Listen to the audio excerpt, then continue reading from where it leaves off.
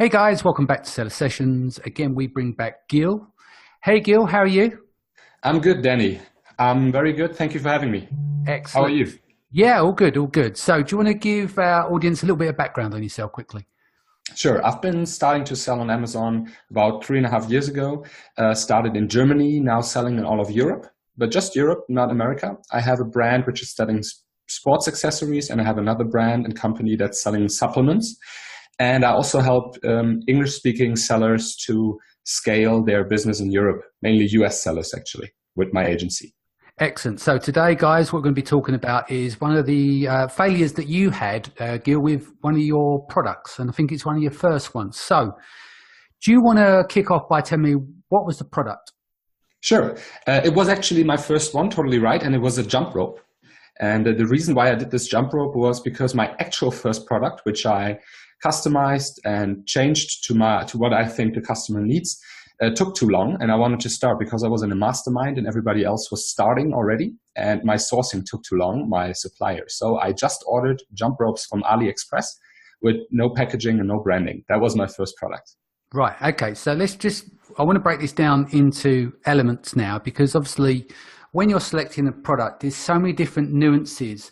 I find that selecting products can be psychological. You know, there's just so much goes on in your mind. You know, you could have a cold one day and that product looks terrible, and then you're happy the next and that product looks great. So I want to just kind of get into what convinced you that product was a winner. What made you decide on that?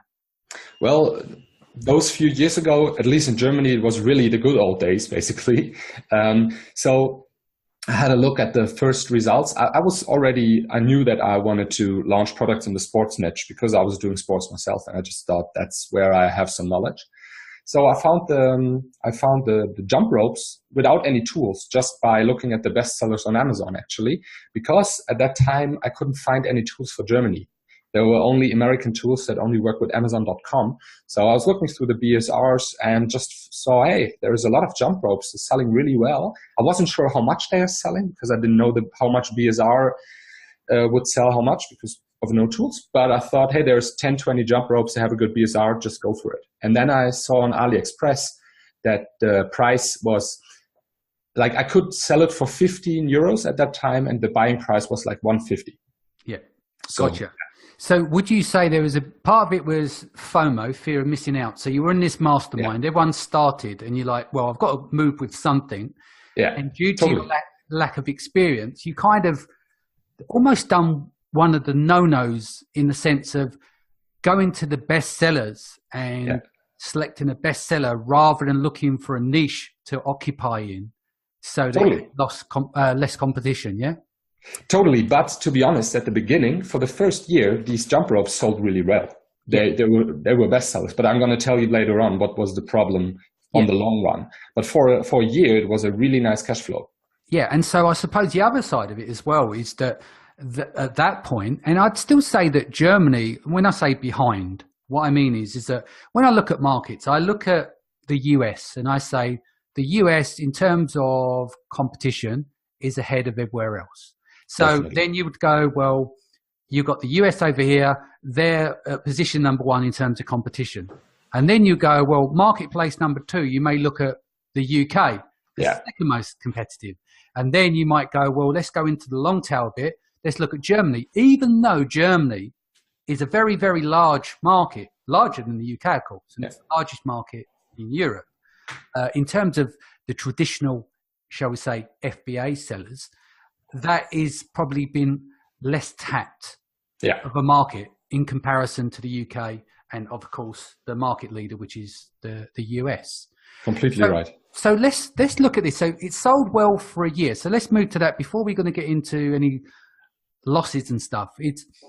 You come out the blocks and it's sold and it become a bestseller. Walk me through that process. You kind of stumbled becoming the bestseller. How did that work for you? It was crazy, actually, because I was waiting for my actual first product. And as I said, it took so long. So I had those, I think I ordered 300 or 400 jump ropes, and I ordered Ziploc bags from Amazon, and I ordered from a printer right around the corner. I ordered some inlay cards, which I put my thought of brand name. Just some brand name I came up with. Yeah. And I was putting them in, sitting in front of the television, drinking a beer with my wife, and we were packing jump ropes into Ziploc bags. And it's like, okay, now, yeah, I got to send it to Amazon. Okay. And it all worked, and they were online, and I gave away, I think 20 or 30 jump ropes in one day. And I was already on the 6th spot on the first page for jump rope. And I was like, okay, this is crazy. And I was looking at that time I had the mobile app with the sales. I don't have it anymore because it's kind of makes you crazy. But I had it at this time. I was like, hey, Julia, which is the name of my wife, we've already sold 20 jump ropes today. It was like at the breakfast table. I was like, what the fuck is going on?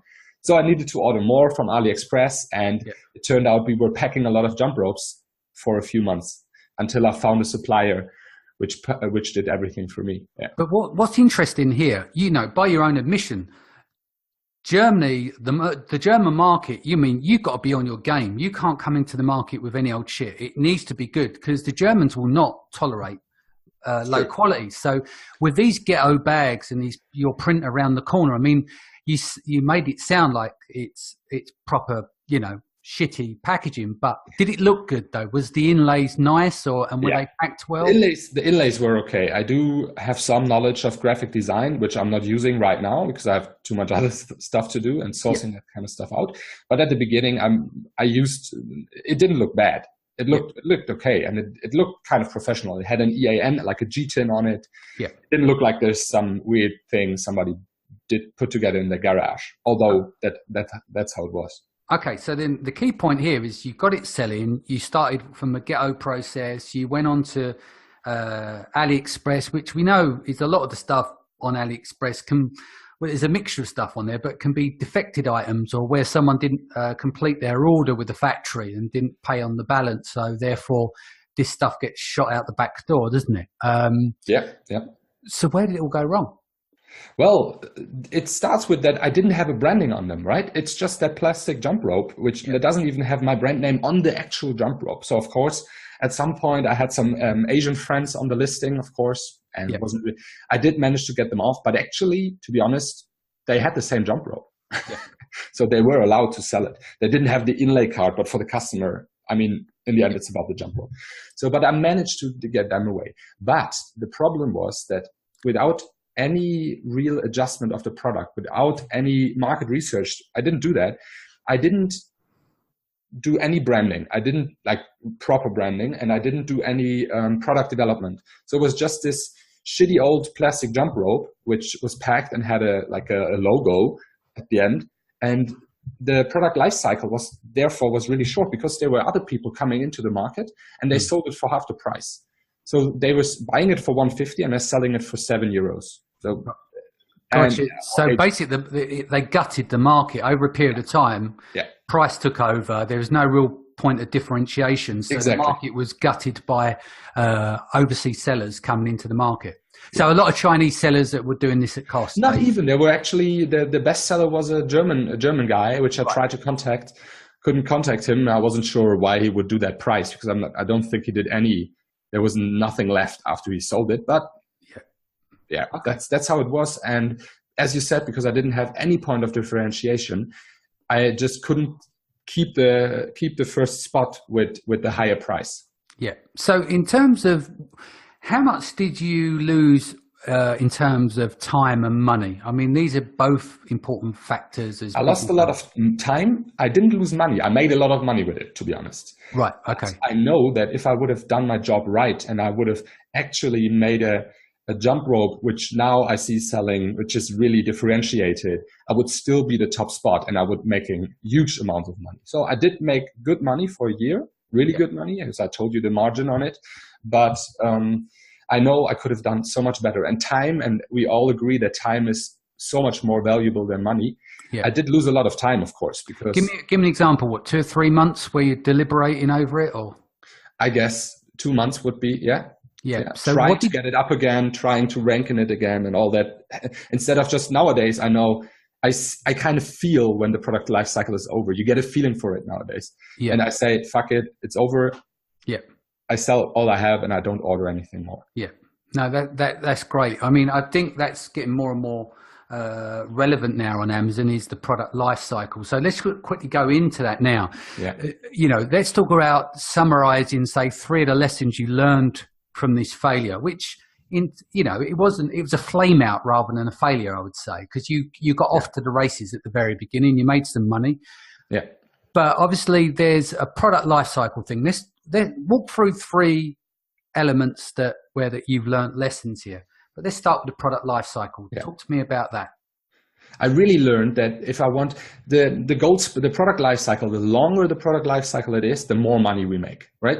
So to have a long product life cycle, I think you need to have branding, but also some product development. It doesn't have to be a different product, but maybe you combine it with something else in there that nobody else has, or it's hard to source.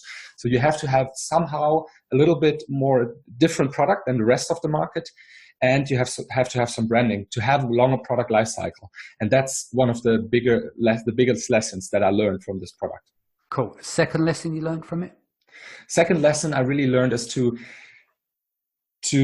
understand when the life cycle is over, to acknowledge it, and to just get rid of this stuff instead of keep on hanging in there, pushing, and dropping the price. Because in the end, I just said, okay, let's just sell the last 3,000 pieces for a price where I'm break even, and just say bye-bye. And it was so much time that I saved by this decision. And I should have done that a lot earlier. And the third thing you learned from that, do you think? The third thing I really learned from that the hard way is don't package your products on your couch. It's fun for one night, but it's really hard all the other nights after that. Cool.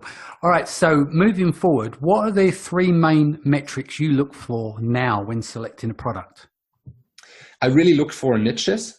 I think, so to be honest, I explained to you before, I have 2 brands, a sports brand and a supplement brand. So as I already know my customer, I know what they want. I do have, for the next year, I know which products will come, and I don't even look that much on Amazon anymore, because I'm in kind of smaller niches, and I just say, okay, and I have an online store. So I say, okay, I get a new product in. I know it's going to sell. Maybe it's going to sell 5, maybe it's going to sell 20 times a day.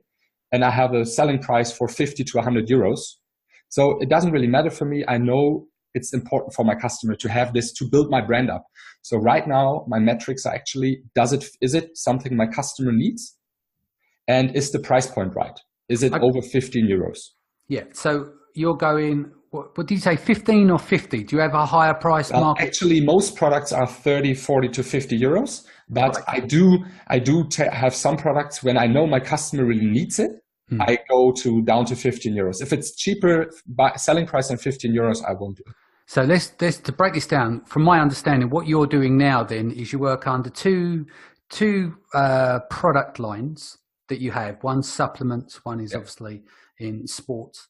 Now, what you're doing is you develop more under that umbrella. So therefore, in most cases, you can go back to the same factory, same. Yeah, exactly. I have 3 suppliers. 3 suppliers, Yeah, 3 suppliers. I have 2 in Pakistan, another one is coming, and 1 only in China. And they do all my products. And all of them can do all the other products as well, or have a company that they work together with. That's how. So logistics is all kept nice and tight. So when reorders occur, you haven't got too much messing around in terms of headaches there. Correct. You're setting your price you're working at a higher price point, so that can stave off a lot of the newcomers into the market with lower cash flow. Yes, correct. And then you can sell less units for a higher margin. So you can go, instead of looking for 20 units a day to sell at X amount, you can sell 5 to 10 units a day and still create the same level of margin there as well. Yeah. Of course, as you said, right, to do it like this, you need a lot more cash flow. Yeah. But I acquired that over the last years. So that's exactly right. It's a good summary. Cool. And then what is the final piece of advice you would give to our viewers and listeners? I think really go for the long game. Don't go in and make a quick buck. Really think about how you can differentiate yourself from the other products, from the other brands out there. And that's at least what I think makes us also more fulfilling. Think about a brand. Think about a product group. Don't go and do some screws over here and some shoelaces over there, because then it will be all about the money. But if you think about building something up for a customer, I think that's a lot more fun on the long run. and it also gives you a big advantage over the other people. Yeah, so the more items you can get out of the factory at the same time, the better for you in terms of coordination, buying power, pallet stacking, containers, etc. Yeah, totally. Excellent. All right. Thank you again for coming in. How can people reach you if they want to reach out to you? Okay, the easiest way actually is to go either to Facebook and look for my name, Gil, G-I-L, and then Lang, L-A-N-G is the last name. Or you can have a look at commerceand.eu. This is COMMERCEAND.eu. And that's the agency where we help US speaking sellers to launch and be successful in Europe on Amazon. Okay, cool. And you've also got a conference that you run, you do public Yes, and I have a really amazing speaker from the UK coming over, I heard, Danny. I don't know who he is, yeah. No, it's right, I forgot about that. In June in Hamburg, the Private Label Days, the biggest Amazon FBA conference in Germany. Yeah. It's going to be around 500 to 600, maybe even more guests there. We have an English-speaking track, which you will be one speaker, and we have a German-speaking track. And if you buy a ticket, the drinks are for free after the conference. How nice is that? Excellent. Sounds good. Great. Well, look, I look forward to getting you back on. Maybe do a rate and rent down the line in the future. Thanks again, guys, and we look forward to seeing you again soon.